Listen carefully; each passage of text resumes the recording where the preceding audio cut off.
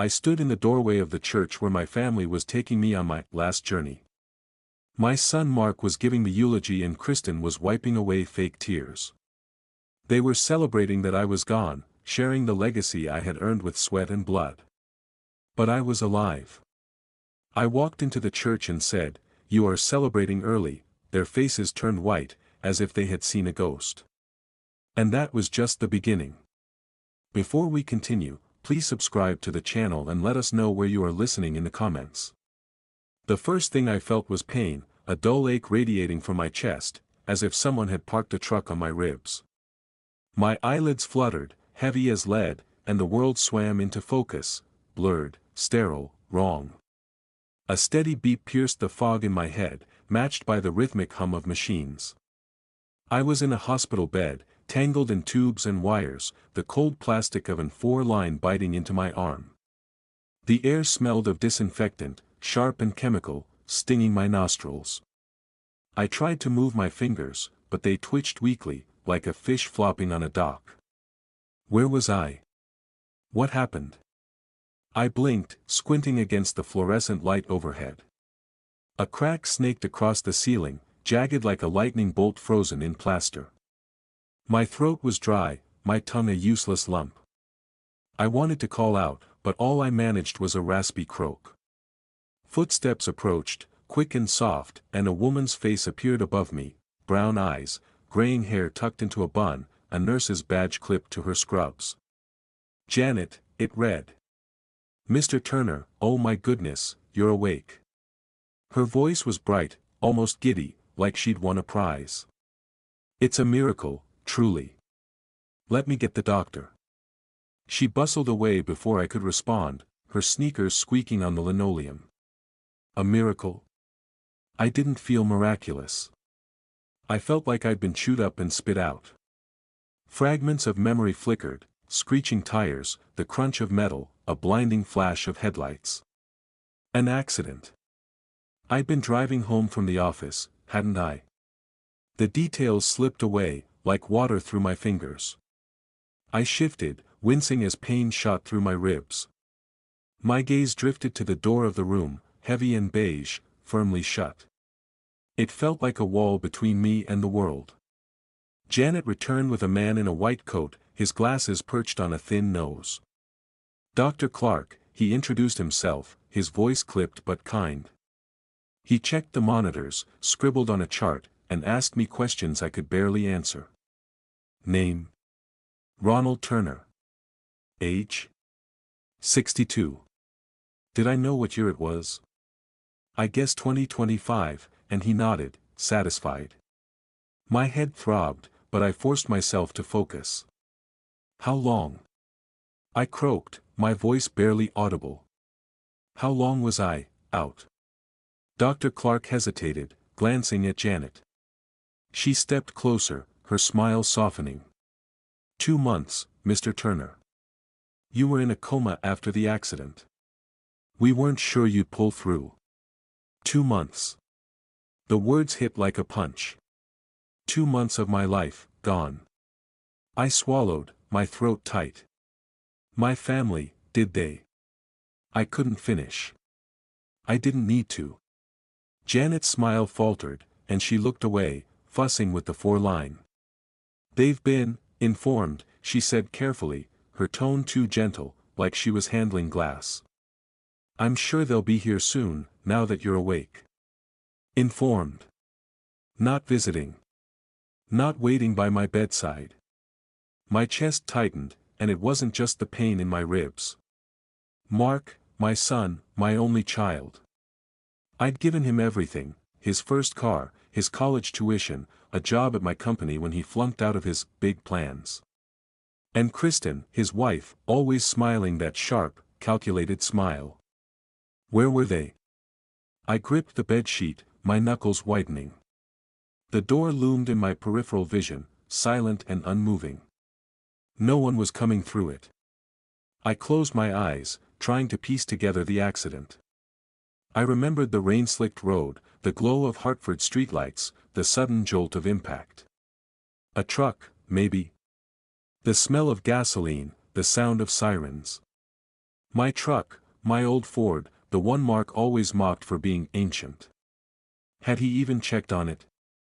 Had he checked on me? "Mr. Turner, you need rest," Dr. Clark said, adjusting a monitor. "Your vitals are stable, but you're still weak. We'll talk discharge soon, maybe in a day or two." I nodded, barely listening. Discharge. Home. I needed to get out of this sterile cage, back to my life. I asked for my phone, but Janet handed me a plastic bag with my belongings, wallet, keys, a cracked watch. The phone was dead, its screen dark. Another tether to the world, cut. Janet lingered, her hands clasped. "You're lucky to be alive," she said, her voice warm but tinged with pity. "Not everyone walks away from something like that." Lucky. I didn't feel lucky. I felt abandoned. My gaze drifted back to the door, its handle gleaming faintly under the fluorescent light. Beyond it was Hartford, my city, my home. Beyond it was Mark, Kristen, and whatever they'd been doing while I lay here, forgotten. I had to know why they hadn't come. I had to know what they were hiding. "I want to go home," I said, my voice steadier now. "Tomorrow." Janet frowned, but Dr. Clark nodded. "We'll see how you're doing in the morning. If you're stable, we can arrange it." I lay back, the pillow stiff against my neck. The machines beeped, a relentless reminder of my fragility. I stared at the door, willing it to open, willing Mark to walk through with some excuse, some reason. But it stayed shut, a silent barrier between me and the truth. My hand tightened on the bedsheet, the fabric rough under my fingers. 2 months, and no one came. The thought burned, sharp and cold, like a blade in my gut. By the time Janet returned to check my I'd made up my mind. "Call me a taxi tomorrow," I told her, my voice low but firm. "I'm going home." She nodded, her expression unreadable. I turned my head to the window, where the first light of a May morning crept through the blinds. Hartford lay out there, its red brick buildings and budding trees waiting for me. So did Mark. So did answers. I closed my eyes, the pain in my chest fading to a dull roar. Whatever waited at home, I'd face it. I had to. The taxi jolted to a stop, and I handed the driver a crumpled 20, my hands trembling from the effort of holding the bill. My legs wobbled as I stepped onto the curb, the spring air of Hartford filling my lungs with a mix of pollen and promise. My house stood before me, a 2-story colonial with red brick and white trim, the kind of place I'd built for a family that no longer seemed to care. The lawn was overgrown, dandelions choking the grass, and the mailbox sagged, stuffed with envelopes that spilled like forgotten secrets. 2 months, and no one had bothered to check. I gripped my plastic bag of belongings, wallet, keys, that cracked watch, and shuffled toward the porch. Each step sent a jolt of pain through my knees, a reminder of the coma's toll. The air smelled of lilacs from the neighbor's yard, sweet and mocking against the neglect of my own. I fumbled with the keys, the lock stiff from disuse. The door creaked open, a low groan that echoed in the empty foyer. Inside, dust coated the oak table where we used to eat Sunday dinners. A faint whiff of damp wood hung in the air, and I noticed the cat's bowl in the corner, empty and dry. Where was Rusty? Had Mark even fed him? I set the bag down, my chest tight, not from pain, but from the weight of absence. The living room was untouched, the couch cushions still dented from my last nap before the accident. But the silence was wrong, heavy, like the house was holding its breath. I crossed to the window, pulling back the faded curtains. Sunlight spilled in, illuminating motes of dust that danced like ghosts. My gaze fell on the front door again, its chipped paint a stark contrast to the polished brass handle. It felt like a gate to a life I no longer recognized. I was about to head upstairs when a sharp gasp snapped me back. Across the street, a figure stood frozen on her lawn, a bright yellow scarf fluttering around her neck. Marjorie, my neighbor for 20 years, stared at me like I was a specter. Her hand clutched her chest, and she took a shaky step forward, her voice trembling. "Ronald? Ronald Turner? You're alive." I frowned, stepping onto the porch. "Marge, what's wrong?" "Of course I'm alive." My voice sounded hoarse and used. The grass crunched under my shoes as I crossed the lawn toward her. She shook her head, her eyes wide. "But, they said you were dead. They're holding your memorial right now, at St. Luke's." Her words hit like a sledgehammer, and I stopped dead, my heart pounding. "Memorial? My memorial? What are you talking about?" I demanded, my voice sharper than I intended. "Who's they?" Marjorie wrung her hands, the scarf slipping to her shoulder. "Mark, your son. And Kristen. They organized it. Said you didn't make it after the accident." She hesitated, her gaze darting away. "Everyone's there, Ronald. The whole town." The world tilted. Mark. Kristen. My own son, my daughter-in-law, telling the world I was gone. I gripped the porch railing, my knuckles white. The spring breeze felt cold now, cutting through my thin hospital shirt. "They said I was dead." I repeated, my voice low, dangerous. Marjorie nodded, her lips trembling. "I'm so sorry, Ronald." We all thought, she trailed off, tears welling in her eyes. I turned away, my gaze locking on the house, my life, left to rot while they played their game. I thought of Mark, his lazy grin as he asked for, just one more loan. Kristen, her eyes glinting when she admired my company's balance sheets. They'd planned this, hadn't they? While I lay in that hospital bed, fighting to breathe, they'd buried me in their minds, maybe in their hearts. For what? Money? My company? The thought burned, a slow, searing rage that steadied my shaking hands. I looked back at Marjorie, her face pale with shock. "Where's St. Luke's from here?" I asked, though I knew the way. I needed to hear it, to anchor myself. "Down Elm Street, 10 minutes walk," she said softly. "Ronald, are you sure you're—" "I'm sure," I cut her off, my voice hard. I turned back to the house, catching my reflection in the foyer mirror as I passed. Gray hair, sunken cheeks, eyes like chipped flint. I barely recognized myself, but the man in the mirror had a purpose. I grabbed my jacket from the hall closet, ignoring the ache in my bones. The door swung shut behind me with a hollow thud, and I stepped onto the sidewalk, my shoes scuffing the pavement. The street was quiet, the kind of May afternoon where kids should be riding bikes and neighbors chatting over fences. Instead, it felt like a stage, empty except for me and the truth waiting at St. Luke's. I walked faster, ignoring the tremor in my legs. The church was close, its steeple piercing the sky like a needle. I could hear the faint toll of bells now, slow and mournful, calling me forward. My mind raced, piecing together Marjorie's words. A memorial. My memorial. Mark's voice, Kristen's crocodile tears, they'd turned my life into a performance, a lie. I clenched my fists, the cracked watch digging into my palm. Whatever they were playing at, it ended today. The bells grew louder, and I rounded the corner, the church's stone facade looming ahead. My heart pounded, not from weakness, but from a fire I hadn't felt in years. They thought I was gone. They were wrong. The streets of Hartford unfolded before me, a patchwork of cobblestone and blooming magnolias, but I barely saw them. My legs ached, each step a reminder of the coma's theft, but I pushed forward, driven by a fury that burned hotter than the May sun. The air carried the scent of fresh-cut grass and coffee from a corner cafe, but it couldn't mask the bitterness in my throat. Mark, my son, my blood, had declared me dead. Kristen, with her polished nails and sharper ambition, had helped him. Why?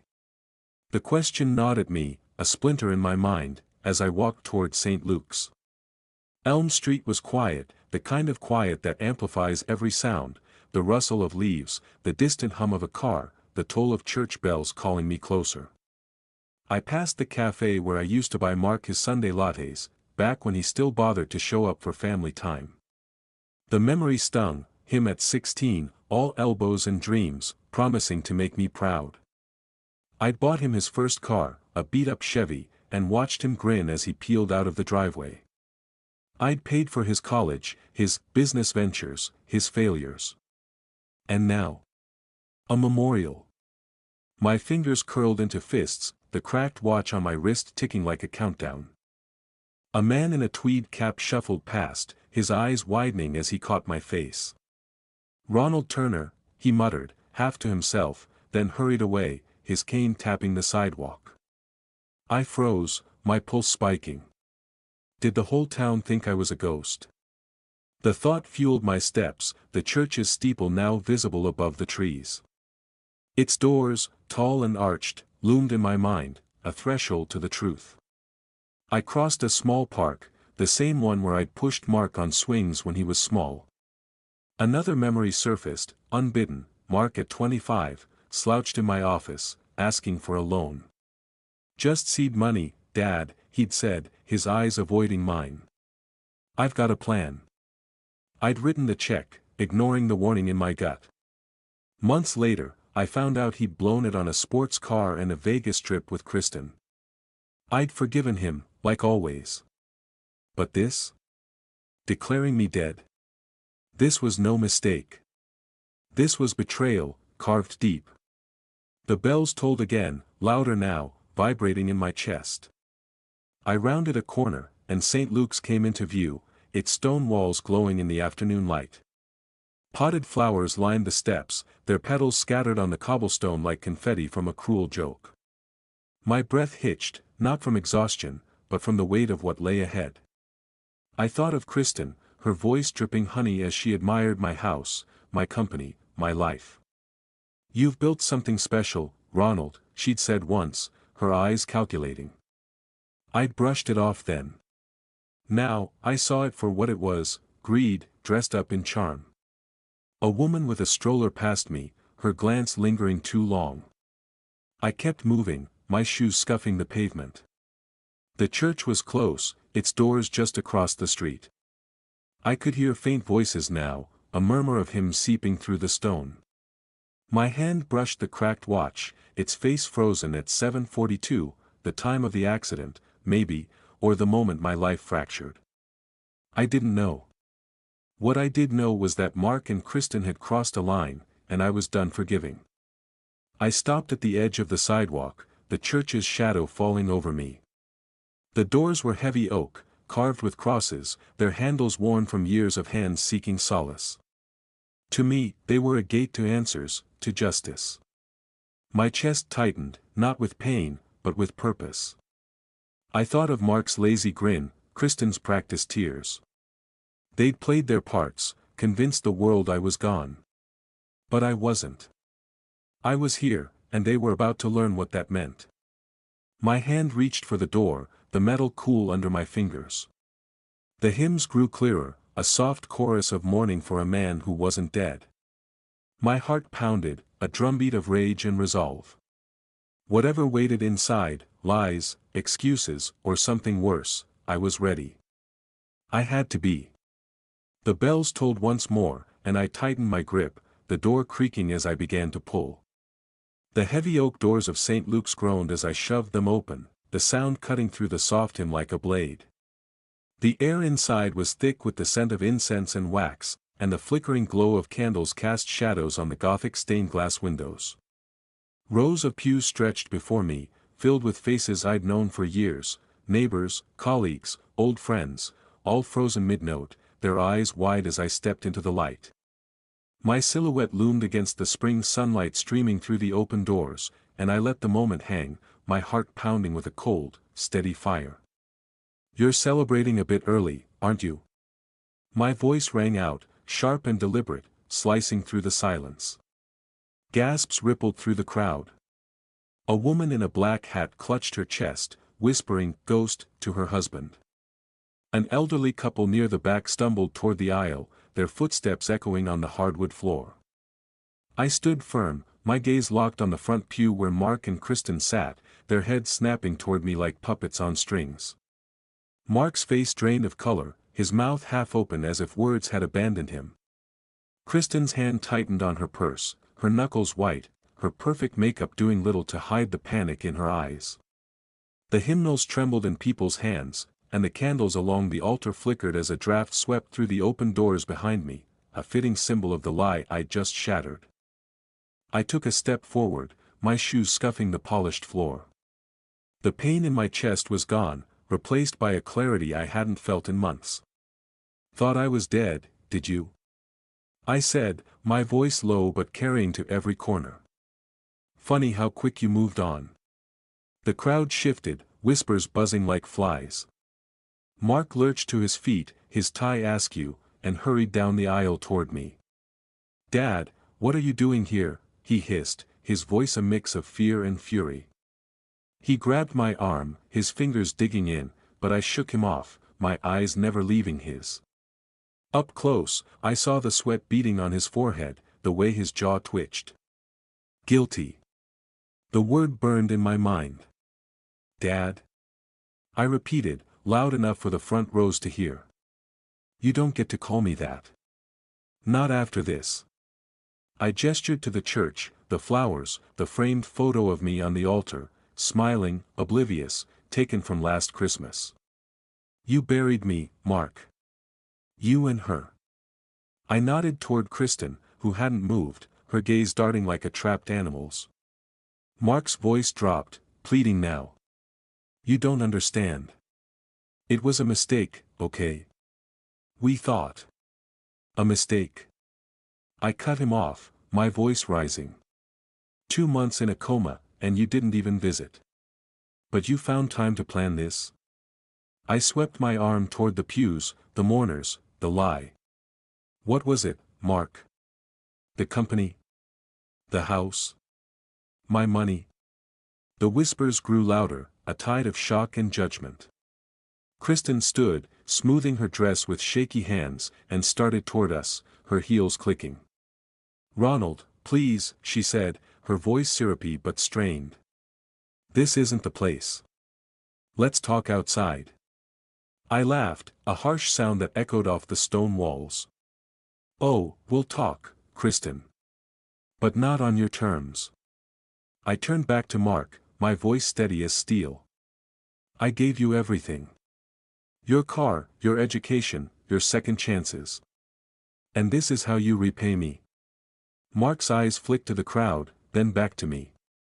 "You're making a scene," he muttered, his hand hovering near my elbow again. "Let's go. Now." I stepped back, out of his reach. "No. You don't get to control this. Not anymore." My gaze swept the church, taking in the stunned faces, the half-burned candles, the open doors still swaying slightly in the breeze. The truth was out, raw and ugly, and I felt it settle into me like a foundation. This was just the beginning. Kristen reached us, her smile tight. "Ronald, you're not well. You need rest." Her words were a performance, meant for the crowd, but I saw the fear in her eyes, the crack in her perfect facade. "I'm well enough to see what you've done," I said, my voice cold. "And I'm well enough to make sure everyone else sees it too." I turned to the crowd, raising my voice. "This isn't a memorial. It's a theft. And I'm not dead yet." A murmur of agreement rippled through the pews, and I caught a few nods, a few angry glances at Mark and Kristen. Mark's face reddened, and he grabbed my arm again, harder this time. "Enough," he snapped, pulling me toward the doors. I yanked free, my strength surprising even me. "You don't get to decide when it's enough," I said, my voice a low growl. I turned and strode toward the doors, the crowd parting like a sea. The spring air hit me as I stepped outside, the bells tolling once more, slow and heavy. Behind me, I heard Kristen's sharp whisper to Mark, the shuffle of feet, the rising tide of voices. "They'd try to spin this, to save face. Let them." I had the truth, and I had time. I started down the church steps, my mind racing. I needed answers, real ones, not their lies. Frank, my old friend and lawyer, would know where to start. He'd always warned me about Mark's spending, about Kristen's ambition. I should have listened. The street stretched before me, lined with blooming dogwoods, their petals drifting like snow. I clenched my fists, the ache in my chest now a distant echo. Whatever Mark and Kristen were planning, I'd find out. And I'd stop them. The pub smelled of hops and old wood, the kind of place where Hartford's locals gathered to drown their days in amber light and quiet chatter. I sat at a corner table, the folder from Frank unopened in front of me, its edges worn from my restless fingers. The glass of beer I'd ordered sat untouched. Beads of condensation pooling on the scarred tabletop. A crack ran along the wall beside me, jagged like the fault line in my life. I'd come here after the church, needing a place to think, to breathe, away from the whispers and lies. Mark's face, pale, sweating, flashed in my mind, and I gripped the table's edge, steadying the rage that threatened to spill over. The door creaked, and Frank walked in, his gray suit rumpled, his eyes heavy with the weight of bad news. He spotted me and nodded, sliding into the chair across from me with a sigh. "You look like hell, Ron," he said, his voice gruff but kind. He set a thick manila folder on the table, its weight thudding against the wood. Documents. Proof, maybe, of what I'd already begun to suspect. "Didn't sleep," I said, my voice low. "What have you got?" Frank leaned forward, his fingers tapping the folder. "You sure you want to do this now? After the stunt you pulled at St. Luke's, half the town's talking." "Let them talk." I met his gaze, unflinching. "Show me." He exhaled, flipping open the folder. Papers spilled out, legal forms, signatures, stamps that looked too official to be fake. "This," he said, sliding a document toward me, "is a death certificate. Yours. Dated a month ago." My name stared back at me in crisp black ink, Ronald James Turner, deceased. The paper trembled slightly in my hand, not from weakness, but from a fury I could barely contain. "They forged it," I said, not a question. The words tasted like ash. Frank nodded. "Mark filed it with the county. Kristen hired a lawyer, some slick out-of-towner, to push the paperwork through. They've been working fast, Ron. Your company's already on the market. They've got buyers lined up, ready to carve it up." I set the certificate down, my fingers curling into fists. My company, 30 years of sweat, late nights, and deals sealed on handshakes, reduced to a payday for my son and his scheming wife. I thought of Kristen's voice at the church, smooth as silk, urging me to rest. I thought of Mark's sweaty palms, his lies crumbling under the weight of my presence. They'd planned this while I lay in a coma, my life hanging by a thread. How'd they pull it off? I asked, my voice steady despite the storm inside. Frank rubbed his jaw, glancing around the pub. The bartender was wiping glasses, oblivious, while a couple laughed softly at the bar. "They claimed the hospital lost track of you," he said. "Told everyone you died in surgery. With no visitors, no one to contradict them, it was easy. They had your will, too, altered, of course. Everything goes to Mark." I laughed, a bitter sound that drew a glance from the bartender. "My will. I left him the house, the savings, but not the company." "That was for," I stopped, the words catching. "For him to earn, I'd always thought. To prove himself. Instead, he'd stolen it." Frank leaned closer, his voice dropping. "Ron, you've got grounds to fight this. Fraud, forgery, theft. But it's messy. They've got money, your money, and a head start. You need to be smart, not loud." "Smart," I repeated, tasting the word. Smart meant planning, waiting, striking when they least expected it. I thought of Kristen's panicked eyes, Mark's trembling hands. They were sloppy, scared. I could use that. What else is in there? I nodded at the folder. He slid another paper over, a contract with a buyer's name I didn't recognize. They're selling to a developer. Big money, fast deal. Closings in 2 weeks. His eyes met mine, steady but worried. You've got time, but not much. I stared at the contract, the numbers blurring. Millions. My life's work, sold off like a used car. I remembered bringing Mark to the office as a kid, letting him spin in my chair, promising him a future if he worked for it. Now, he'd taken it, with Kristen pulling the strings. Her ambition, her greed, it was clearer now. She wasn't just along for the ride. She was driving. What do I do? I asked, not because I was lost, but because I needed to hear it, to cement the path forming in my mind. Frank sighed. Get a lawyer, not me, someone cutthroat. File an injunction to freeze the sale. Prove you're alive, which, after today, won't be hard. He smirked faintly. But Ron, watch your back. They're desperate now. You've rattled them. I nodded, my fingers tracing the edge of the death certificate. It felt flimsy, a lie made of paper, but it had almost worked. Almost. I closed the folder, the thud final. Thanks, Frank. I'll take it from here. He studied me, his brow furrowed. Don't do anything stupid, okay? You're not as young as you used to be. I managed a grim smile. Stupid's their game, not mine. I stood, tucking the folder under my arm. The PAB's noise faded as I stepped into the night, the air cool against my skin. Hartford streetlights glowed, casting long shadows on the cobblestone. I walked, the folder heavy in my hands, each step sharpening the plan taking shape in my mind. Mark and Kristen thought they'd won. They were about to learn how wrong they were. The house was too quiet, the kind of silence that presses against your ears until you hear your own heartbeat. I sat at the kitchen table, the folder from Frank open before me, its papers spread like a map of betrayal.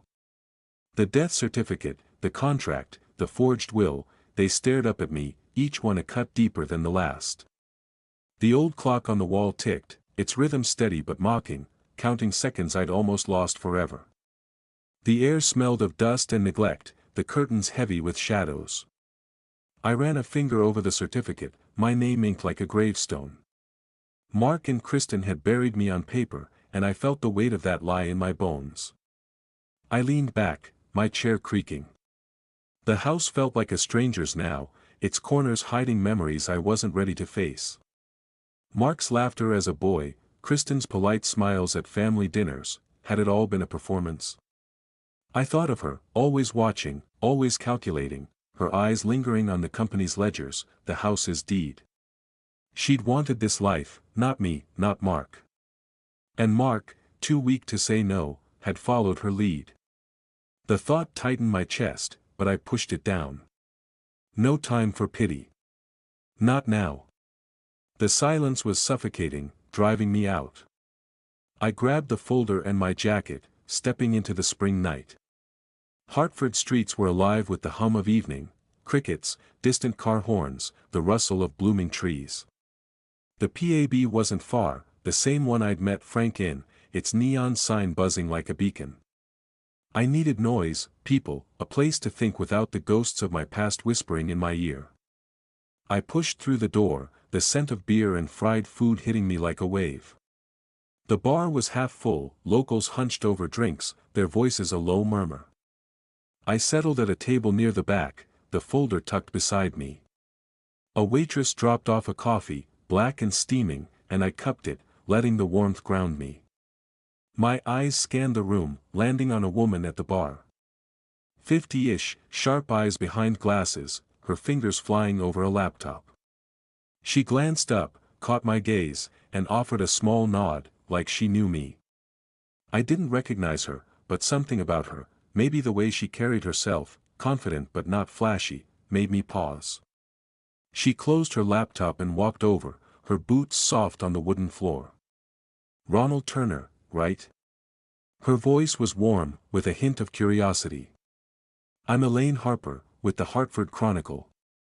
She slid into the chair across from me, uninvited but not unwelcome. "Heard about your grand entrance at St. Luke's today." I raised an eyebrow, sipping my coffee. "News travels fast." She smiled, a glint in her eye. "Small town, big story. Mind if I ask what happened?" Her tone was casual, but her gaze was sharp, like she could see the folder under my arm and the weight it carried. I hesitated. Trust was a luxury I couldn't afford, not after Mark and Kristen. But Elaine's eyes held no pity, no judgment, just a hunger for truth. I leaned forward, my voice low. "My son and his wife tried to bury me. Literally. They forged my death to sell my company." Her brows lifted, but she didn't flinch. "That's one hell of a family feud." She tapped her fingers on the table, thinking. "You've got proof?" I patted the folder. "Enough to start." Elaine leaned closer, her voice dropping. "I've been digging into some shady deals around town. Your son's name popped up, him and Kristen. They're not as clever as they think." She paused, studying me. "I can help, Ronald. I know people, records, ways to expose this without you getting burned." I sat back, weighing her words. A journalist.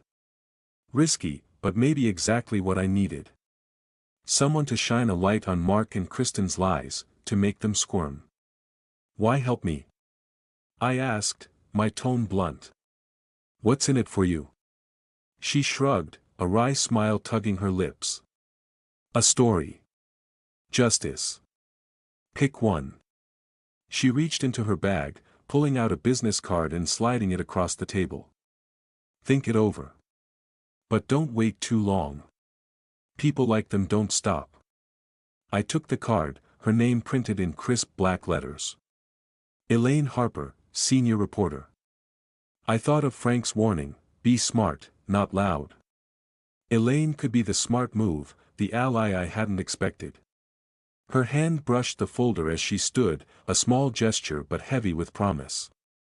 "Call me," she said, then headed back to the bar, leaving me with my coffee and a spark of something new. Hope, maybe. I left the pub, the night air cool against my face. The folder felt lighter now, its contents a weapon instead of a wound. I walked home, Elaine's card in my pocket, her words echoing. Expose them. I could do that. I would. Back in my kitchen, I set the card on the table, next to the phone. Frank needed to hear this, to know I wasn't alone anymore. I picked up the receiver, my fingers steady, and started to dial. The office smelled of stale coffee and ink, a cramped space on the second floor of a Hartford brownstone where Frank had practiced law for decades. I pushed through the glass door, the folder of evidence heavy under my arm, its papers creased from my grip. My steps were steadier than they'd been in weeks, each one fueled by a purpose that drowned out the ache in my bones. The receptionist, a young woman with a tight bun, glanced up and nodded me toward Frank's office. I didn't pause. Time was a luxury I didn't have. Frank sat behind a cluttered desk, stacks of papers teetering like miniature skyscrapers. A single lamp cast a warm glow, catching the dust motes drifting in the air.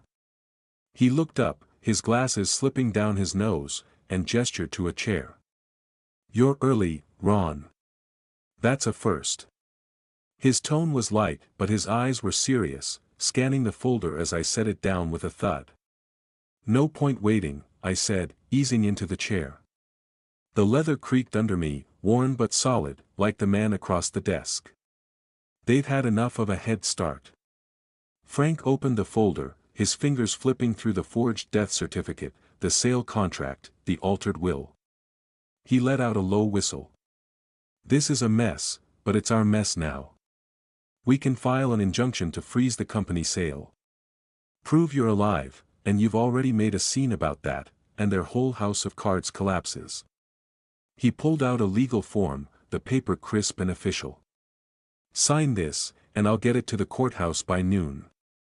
I took the pen he offered, its weight grounding me. The nib scratched against the paper, each stroke a reclaiming of what was mine. My company, my life's work, built from nothing but grit and long nights. I thought of Mark, his lazy grin as he asked for just one more favor, and Kristen, her eyes glinting at the sight of my ledgers. They tried to steal it all.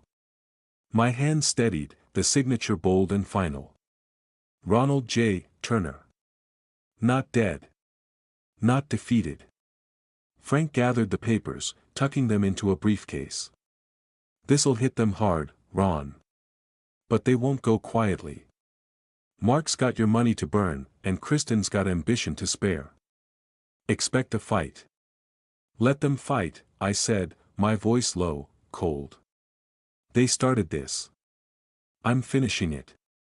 He nodded, a faint smile tugging his lips. That's the Ron I know. Just, don't do anything rash. We're playing chess, not checkers. I leaned back, the chair creaking again. Chess. I could do that. I'd built a business by outsmarting competitors, reading people, knowing when to push and when to wait.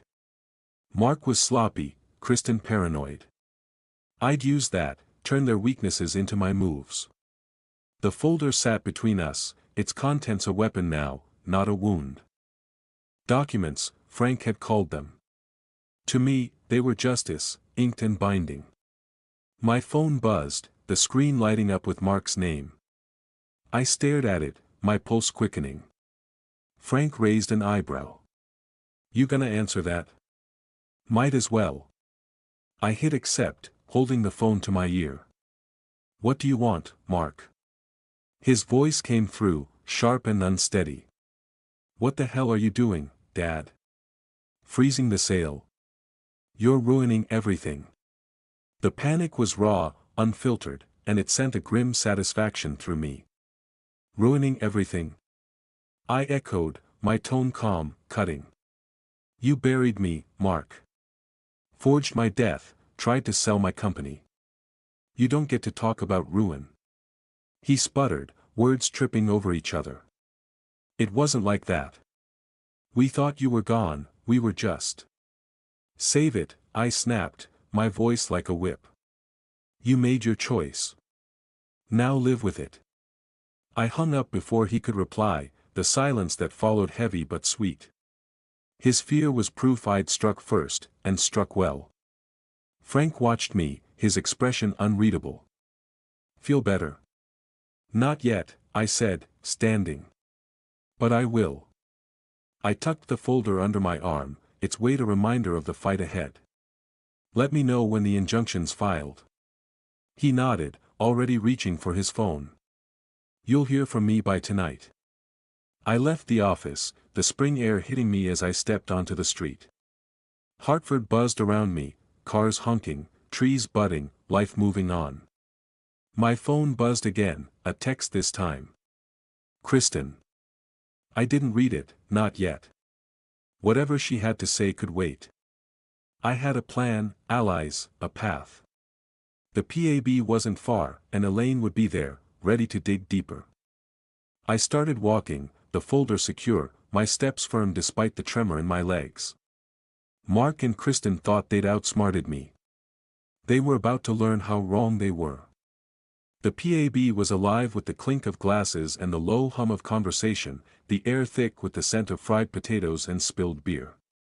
I sat in a corner booth, the wooden table scarred from years of careless hands. My phone glowed in the dim light, Kristen's post staring up at me like a taunt. Our family is heartbroken, she'd written, her words dripping with fake tears. Ronald's health has been fragile since his accident, and his recent behavior shows he's not himself. We ask for privacy as we care for him. A string of sad emojis followed, and the comments, dozens of them, piled on. Poor Kristen, one read. He must be delusional, said another. My fingers tightened around the phone, the plastic creaking. They were painting me as unhinged, a sick old man lashing out. Clever. Cruel. I set the phone down, my jaw clenched. The PAB's noise faded to a dull roar as I processed her move. Kristen wasn't just defending herself, she was attacking, trying to discredit me before I could expose her. Mark might have panicked, but Kristen was calculating, her words a digital document of slander meant to bury me again. I leaned back, the booth's vinyl squeaking, and let the anger settle into something sharper, colder. She'd made a mistake. This post wasn't strength, it was desperation. The door swung open, and Elaine strode in, her laptop bag slung over one shoulder, her hair slightly mussed from the spring breeze. She spotted me and slid into the booth, her eyes flicking to the phone. "Saw Kristen's little performance online," she said, her voice dry, a half-smile playing on her lips. "She's practically begging for sympathy. It's pathetic." "Pathetic, but dangerous," I said, sliding the phone toward her. "She's trying to turn the town against me. Make me look crazy." Elaine skimmed the post, her smile fading to a smirk. "This is what panic looks like, Ronald. She's scared. You froze the sale, showed up at the church, she knows she's losing control." She opened her laptop, the screen casting a